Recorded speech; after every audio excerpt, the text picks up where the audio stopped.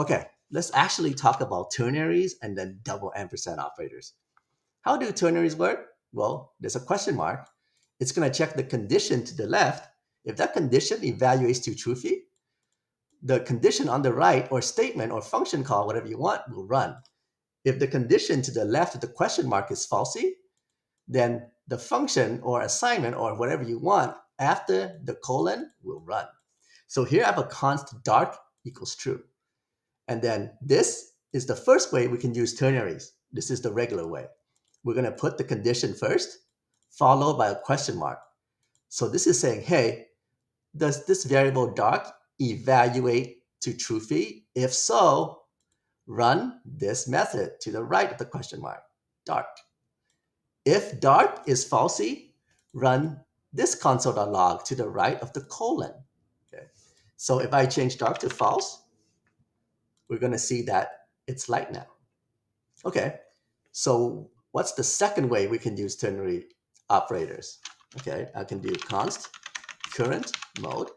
Now, this is called using ternary operators in an assignment because we're assigning this variable to something, but that something will depend on a condition, which is dark.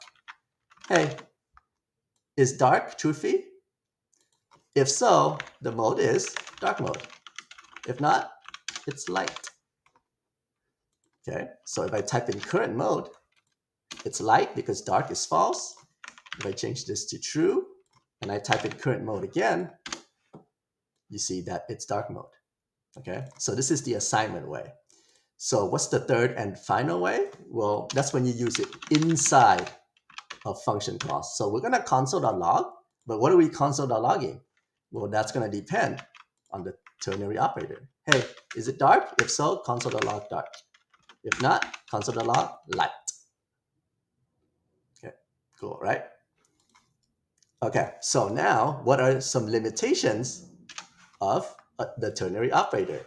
Okay, can we do dark question mark? So if it's dark, we want to do a const number is equal to 5, and if not, const number is equal to 1.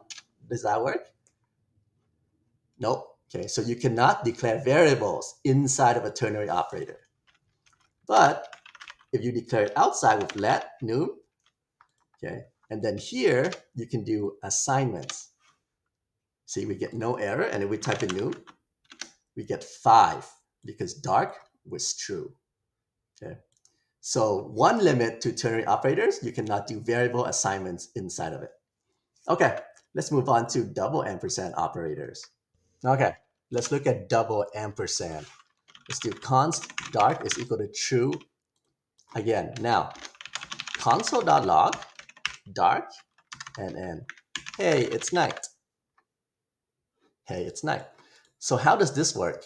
Well, you can use the double ampersand operators inside of a function argument like this or outside on the global, just like ternaries. But for double ampersand, it looks to whatever's on the left and it says, hey, is this truthy?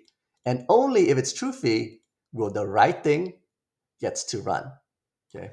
If this was false, a console.log is just going to say false because inside it's going to say, oh, hey, dark is false. So none of this will even exist. So it's just console.logs false. Okay. Okay, let's compare the two. If I do let num, okay, can I do, let's change dark to true. So dark and n, whoops, num equals 3. Does that work? Nope. Okay. So unlike ternary operators, we cannot do any assignments with the equal sign inside of a double ampersand operator. Okay. Remember, inside ternaries, you can. You just cannot declare variables. Now, when should you use double ampersand versus a ternary? So you use double ampersand when you want to run two conditions. Okay, so let's do this again. Const dark is equal to true. Const mode is going to be equal to, hey, if dark is true, night, and if not, light. okay? Because you want two different values depending on the condition.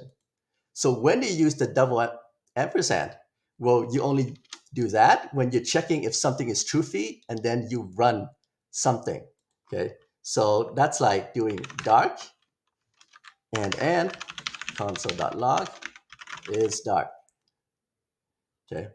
Because this here, you don't want to do anything if dark is false. So that's why you're using the double ampersand.